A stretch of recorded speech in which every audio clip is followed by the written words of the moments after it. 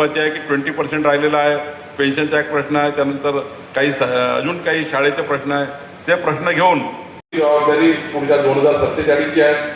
2047 हा विकसित भारत होत असताना, विकसित महाराष्ट्र, विकसित अमरावती, विकसित विदर्भ होत असताना आपल्या सर्वांना पुढच्या काळामध्ये थोडा अधिक या ठिकाणी आपल्याला आपल्या भूमिका वठवावं लागणार आहे. त्यामुळे शिक्षक संघटनेमध्ये काम करताना हाही अजेंडा असला पाहिजे की माझी जॉब मी करताना जसं माझा मुलगा मला असं वाटतं, माझी मुलगी वाटतं की ती विदेशात राहावी, ती CBSE या शाळेत राहावी, ती जगातली सर्वोत्तम व्यक्ती बनावी, जगातलं सर्वोत्कृष्ट शिक्षण माझ्या मुलांनी घ्यावं, ह्या भूमिका आपल्या व्यक्तिगत असतात. त्याचप्रमाणे आपल्याकडे येणारा विद्यार्थी त्याच भूमिकेतनं मोठा झाला पाहिजे, तोही सुद्धा जगातला सर्वोत्तम व्यक्ती झाला पाहिजे.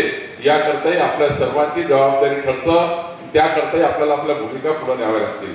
आणि म्हणून या ठिकाणी खरं तर हे काम करत असताना मी एवढंच सांगेन की या ठिकाणी आपले चंद्रशेखर भोयर जे अध्यक्ष आहेत, त्यांनी या शिक्षक संघटनेचं काम करून समाजामध्ये आपली वेगळी ओळख निर्माण केली.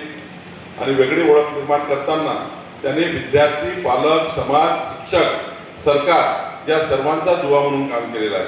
केवळ शिक्षण संघटना करून त्यांनी तेवढा थांबले नाही आहे, तर समाजाच्या शेवटच्या व्यक्तीचं अश्रू पुसण्याचं कार्य केलं. समाजामध्ये कुठल्या कुठल्या गोष्टी कमी आहेत त्याचं आकलन केलं.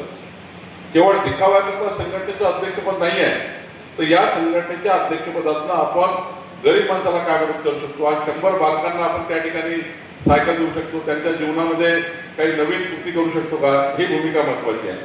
शेवटी कुठल्याही कार्यकर्त्यांना मनामध्ये घंटच असली पाहिजे की माझं जीवन हे माझ्या परिवाराकरताच आहे, माझ्या समाजाकरता आहे, माझ्या धर्माकरता आहे, माझ्या मातीकरता आहे.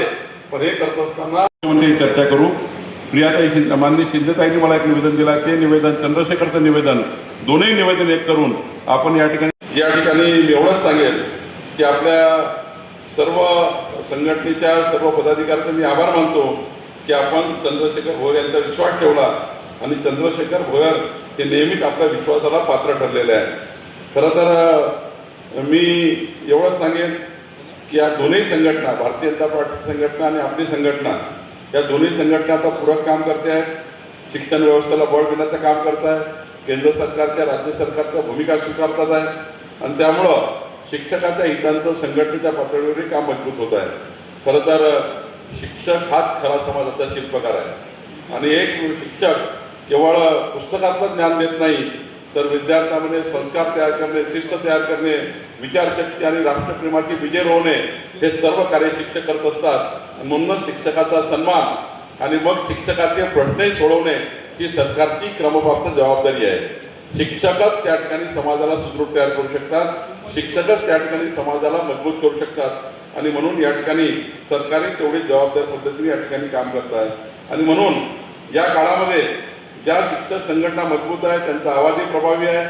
आणि एकटा शिक्षक किती प्रभावी असला तर तो या ठिकाणी फार भांडू शकत नाही. म्हणून चंद्रशेखर भोयरला माझी विनंती आहे